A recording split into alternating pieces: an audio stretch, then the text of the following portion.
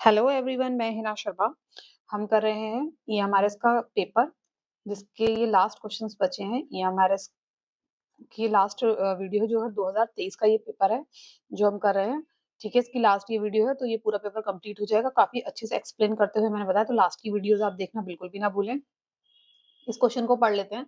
Shekhar draw a bill on Vijay on June 15 2002। जून में उन्होंने bill draw करा 40,000 का 3 मंथ्स के लिए। पर क्या हुआ कि उसको शेखर को मे बी हो सकता है कि जरूरत पड़ गई, तो उसने बैंक से उसे डिस्काउंट करा लिया। बैंक से क्या करा लिया? डिस्काउंट करा लिया 200 रुपए के चार्जेस देकर कि आप मुझे इसे डिस्काउंट कर लीजिए। इससे क्या होगा कि बैंक आगे फिर विजय से उसको वसूल लेगा टाइम पर 3 मंथ्स के बाद। लेकिन 3 मंथ से पहले शेखर को जरूरत थी, तो उसने बैंक से पैसे ले लिए अपना बिल उनको देकर।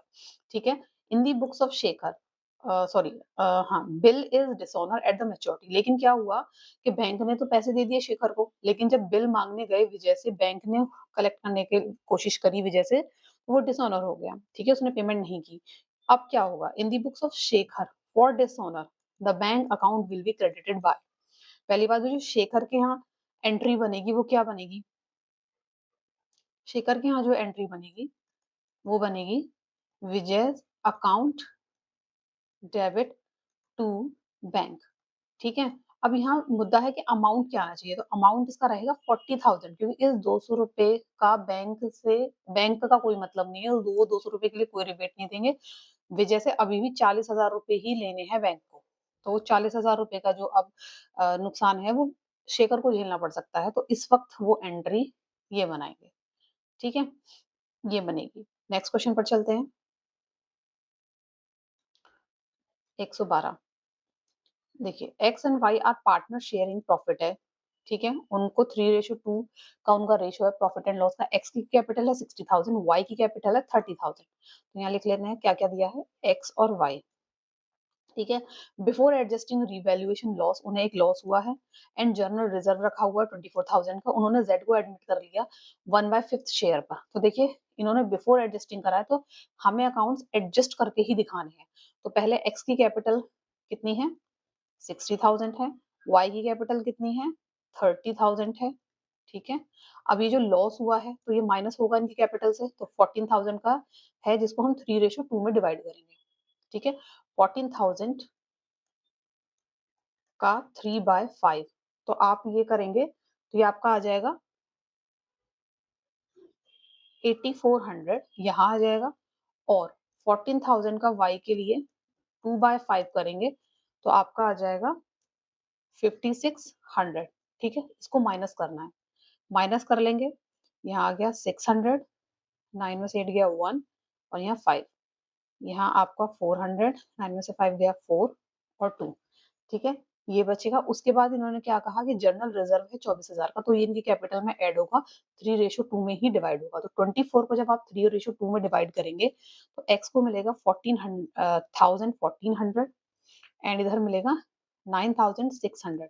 इसको आप प्लस कर लेंगे, तो ये हो जाएगा 0 0 कैरी का 1, 4 5 और 1 6, 5 और 1 6 और 7, नहीं यहाँ कैरी नहीं है, 6 होगा। ठीक है, 5 और 1 6, इधर 0 0, 6 और 4 0 कैरी का 1, 14 कैरी का 1 3, 34,000। ठीक है, तो x का इतना हो गया और y का इतना हुआ। अब इन्होंने क्या किया कि 1/5 के शेयर पर प्रॉफिट पर इन्होंने z को एडमिट कर लिया है।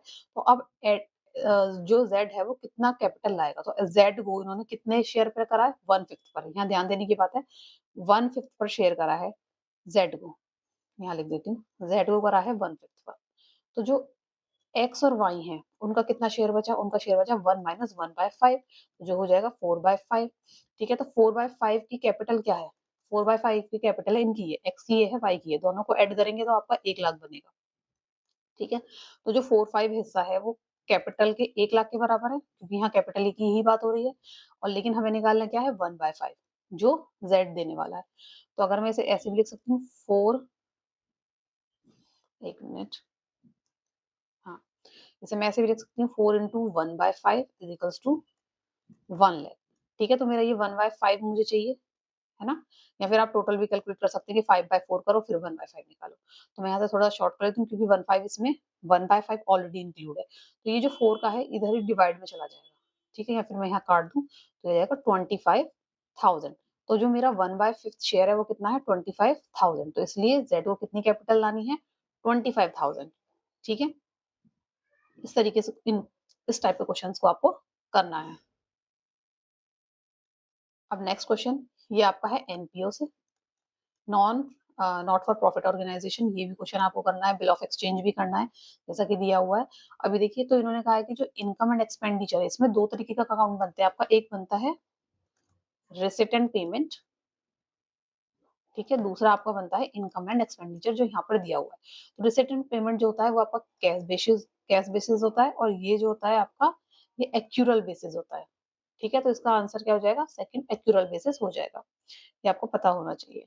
नेक्स्ट क्वेश्चन देखिए 1/14 बैलेंस ऑफ टूर्नामेंट। वैसे तो इसमें कुछ है नहीं, जैसे आप चीजों को पढ़ेंगे तो नॉर्मली भी आप पता लगा सकते हैं। आपको बैलेंस निकालना है, तो बैलेंस में क्या, donation receive for tournament during the year, इतने पैसे हमें मिले, हमने इतना खर्चा करा, इतना इंटरेस्ट रिसीव हुआ। तो ये वाला जो डोनेशन रिसीव हुई ये और इंटरेस्ट, ये तो हमारी इनकम हो जाएंगी दोनों, और जो एक्सपेंडिचर है वो हमें माइनस कर देना है। तो उसको हमें देखिए माइनस करना है, इसको क्या करना है माइनस, और पहला बैलेंस ठीक है, calculate the amount of the tournament. एक मिनट, अब हमें कैलकुलेट क्या करना है, देखिए 31 मार्च 2022 मतलब क्लोजिंग स्टॉक, तो ओपनिंग ये था, तो ओपनिंग में हमें इसको प्लस करना है, इससे माइनस करना है क्योंकि एक्सपेंडिचर है, और इसे फिर से प्लस कर देना है। ठीक है, तो बस इतना ही हमें करना है, तो हमें आंसर मिल जाएगा हमारा 252,800। ठीक है, नेक्स्ट क्वेश्चन पर चलते हैं। देखिए, Tata Motors limited purchase machinery from Usha and company for 4 lakh के लिए खरीदी, 4 लाख में खरीदी। The consideration was paid by the issue of 8% debenture. Debenture payment की जगह डिवेंचर इशू किया गया। तो यहाँ ध्यान रखिएगा, जब भी वेंडर का अकाउंट हो जो होता है उसमें हमेशा पूरी अमाउंट आती है 4 लाख, चाहे आपने डिस्काउंट पे इशू करा हो चाहे प्रीमियम पे इशू करा हो, हमेशा वेंडर की अमाउंट उतनी ही होगी जितने का सामान है। ठीक है, तो ये आपकी वेंडर के अकाउंट में 4 लाख रुपए ही आने वाले हैं। बाकी इन्होंने आपको बता दिया कि डिस्काउंट है 20% का, तो यहाँ डिस्काउंट और टू डिवेंचर इस तरीके से होगा। अभी इन्होंने बताया है कि डिस्काउंट कितना है 20% है, तो जो वेंडर की अमाउंट है उसे हम 80 मानेंगे। ठीक है, उसे हम 80 मानेंगे, दोनों अकाउंट आपके जाएंगे डेबिट में। ये 80% हुआ, डिस्काउंट 20% हुआ। तो अब ये देखिए आपका जो 4 लाख है, अगर मैं उसे 80 मानूं तो यहाँ पर 80 20 है, तो यहाँ डिवेंचर पूरा 100, तो मेरा 100 क्या होगा, ये आपका हो जाएगा 5 लाख। ठीक है, यहाँ आपका आ गया 5 लाख, तो डिफरेंस में क्या आ जाएगा, डिस्काउंट कितने का हुआ 1 लाख का, तो ये ध्यान रखना है। तो debenture account will be credited with 5 lakh. ये कैलकुलेशन ध्यान रखनी है, ये वाली कैसे निकाली है। ठीक है, डिस्काउंट को हटा के 80% माना हमने 4 लाख को, तो 100% कितना होगा वो डिवेंचर में आएगा। ठीक है, नेक्स्ट क्वेश्चन पर चलते हैं। ये बड़ा इंपॉर्टेंट क्वेश्चन है, मैंने इसे गूगल भी किया तो बड़े अजीब तरीके से इसका आंसर दिया हुआ है। अदरवाइज हम इसे डायरेक्ट भी बहुत बढ़िया तरीके से कर सकते हैं। जैसे कि देखिए 3 यहाँ पर है, अनिल, विजेंदर और चारू, ए बी सी। हम सिर्फ आगे का लेटर लेते हैं ए बी और सी, तो मैं यहाँ लिख लेती हूँ ए बी एंड सी। इनकी कैपिटल दी हुई है और ये इक्वल पार्टनर हैं, having capital R equal partner, मतलब इनका प्रॉफिट एंड लॉस जो होगा वो इक्वली डिवाइड होगा। तो ये इनकी कैपिटल्स रही थी 60,000, 40,000 और 20,000, ये हमें गिवन है। ठीक है, अब इन्होंने क्या हुआ, ऑन द सेम डे जो भी चल रहा था उस टाइम पे, विजेंदर रिटायर, विजेंदर कौन सा, ये इसने रिटायरमेंट ले लिया, और इसने क्या करा, took away an unrecorded computer of 12,000। और ये जैसे जो भी एसेट रहे होंगे उसमें से इसने 12,000 का एक एसेट लिया था। तो बैलेंस हमें बताना है कि कितना विजेंदर को अब कितना और देना है। 12 ले लिया, 12 के बाद और कितना देना है। ठीक है, तो देखिए 2 चीजें मिलेंगी, एक तो उसे उसकी कैपिटल वापस मिलेगी, ठीक है, और कोई एसेट्स हैं तो उसका शेयर मिलेगा। तो यहाँ पर इसकी कैपिटल है 40,000, एसेट्स था 12,000 का, तो 12,000 में से उसे कितना मिलना चाहिए था, इक्वली डिवाइड करने पे 1/3 4,000 मिलना चाहिए था। कितना मिलना चाहिए था, 4,000 मिलना चाहिए था, लेकिन उसने 12,000 लिया है, तो कितना एक्स्ट्रा लिया है, 8,000 एक्स्ट्रा लिया है। तो 8,000 उसने मानिए फिर उसकी कैपिटल की तरफ कर देंगे, कि 40,000 में से अब 8,000 जाएंगे, तो उसके कितने बचे हैं? सिर्फ 32,000 रुपीज फर्म की तरफ बचे हैं जो उसे मिल रहे हैं। ठीक है, इस तरीके से उस क्वेश्चन को करना था। नेक्स्ट देखिए 117, ये भी क्वेश्चन ठीक है, बढ़िया है। क्रेडिटर है 50,000 के बैलेंस शीट में जो दिख रहे हैं। ठीक है, तो इनमें से क्या हुआ कि 10,000 वाले ने तो कह दिया कि हम 8,000 में मान जाएंगे, लेकिन क्या है 8,000 की अनरिकॉर्डेड एसेट्स ले रहे हैं, ये पैसे नहीं ले रहे हैं। ठीक है, तो 10,000 वाले जो क्रेडिटर हैं वो 8,000 की एसेट्स में मान गए, है ना। तो और कितने बचे? 40,000 बचे। अब उसके लिए क्या कहा है?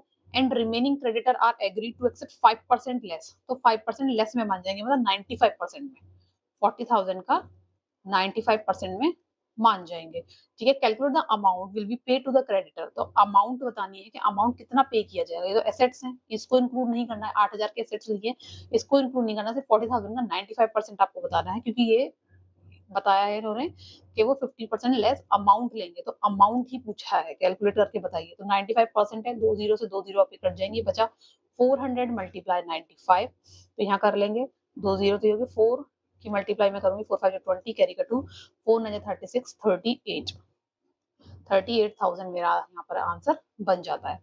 ठीक है, चलिए नेक्स्ट क्वेश्चन पर चलते हैं। ये वाला क्वेश्चन सबसे ट्रिकी था इस पेपर का, न्यूमेरिकल में देखे तो सबसे ट्रिकी क्वेश्चन था। ये सारे जुगाड़ लगाने के बावजूद भी ये क्वेश्चन नहीं हो रहा है जो स्टूडेंट ने किया है। ठीक है, इस क्वेश्चन को मैं आपको बताती हूँ कि किस तरीके से करना है, बहुत ही ध्यान देने वाली चीज है। इसमें क्या है कि एबीसीआर पार्टनर है जिनका प्रॉफिट शेयरिंग लॉस है 3:1। अब बी हो गया रिटायर, बी रिटायर हो गया तो उसने क्या करा, 40,000 तो कुछ ए से लिया और 24,000 उसने सी से लिया as a share of goodwill. तो गुडविल कब मिलती है? गुडविल जो होती है हम देते हैं रिटायरिंग पार्टनर को जितना रिमेनिंग पार्टनर गेन कर रहे होगा ना, गेनिंग रेशो में। ठीक है, तो इन्होंने 24,000 दिया, 40,000, 40,000 और 24,000 दिया, तो रेशो हो जाएगा आपका 8 5 जा और 8 4 जा, तो 5 रेशो 8 3 जा 24, 5 रेशो 3 हो गया, है ना। इस रेशो में इन्होंने गुडविल दी। तो अब हमें गेनिंग रेशो कैसे निकालेंगे? मजे की बात यह है कि गेनिंग रेशो कैसे निकलेगा। तो बी का रेशो था कितना? बी का रेशो था, क्योंकि वही तो मिलेगा ए और सी को, जो बी का रेशो था, तो बी का रेशो है आपका, देखिए यहाँ से 2। ठीक है, और 2/3 2 5 1 6, 2/6, ये ध्यान से देखते रहिएगा, 2/6। ठीक है, तो अब ए का गेनिंग रेशो क्या होगा? ए का गेनिंग रेशो होगा, मतलब एक गेन कितना किया ए ने बी के हिस्से से, कितना लिया? 5:8, 5/8, ये वाला देखना है 5/8। और बी को कितना मिला? बी को मिला 2/6 का 3/8, 2/6 का कितना मिला? 3/8 मिला, तो ये हो गया 10/48, और ये हो गया आपका 6/48। ठीक है, ये मिल गया ए और बी का गेनिंग।